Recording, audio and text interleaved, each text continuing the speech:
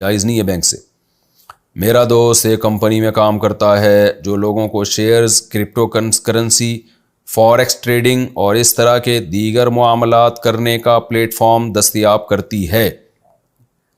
اس میں میرے دوست کا کام کمپنی کے ملازمین کے کمپیوٹر ٹھیک کرنا ہوتا ہے. کیا اس کی آمدن حلال ہوگی؟ عادل صاحب آسٹریا سے.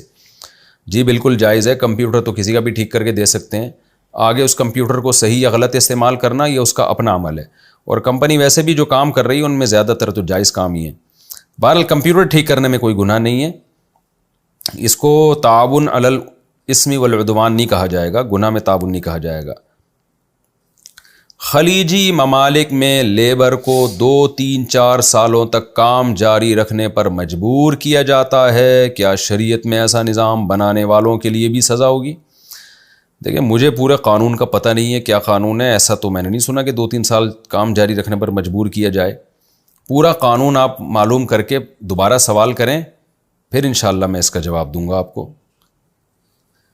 کوہ قاف کی حقیقت کیا ہے؟ سلمان عمران انڈیا سے. یہ تو جغرافیہ والوں سے پوچھیں. کوہ قاف کہانیوں میں تو سنا ہے، حقیقت میں ہے یا نہیں ہے یہ تو شرعی مسائل کا ہے نا، اس میں شرعی مسائل پوچھا کریں. آپ کہیں جی انڈا موڑ کی کیا حقیقت ہے، تو اب انڈا موڑ کی حقیقت جو ہے یہ اس کا شرعی مسائل سے تو تعلق نہیں ہے نا.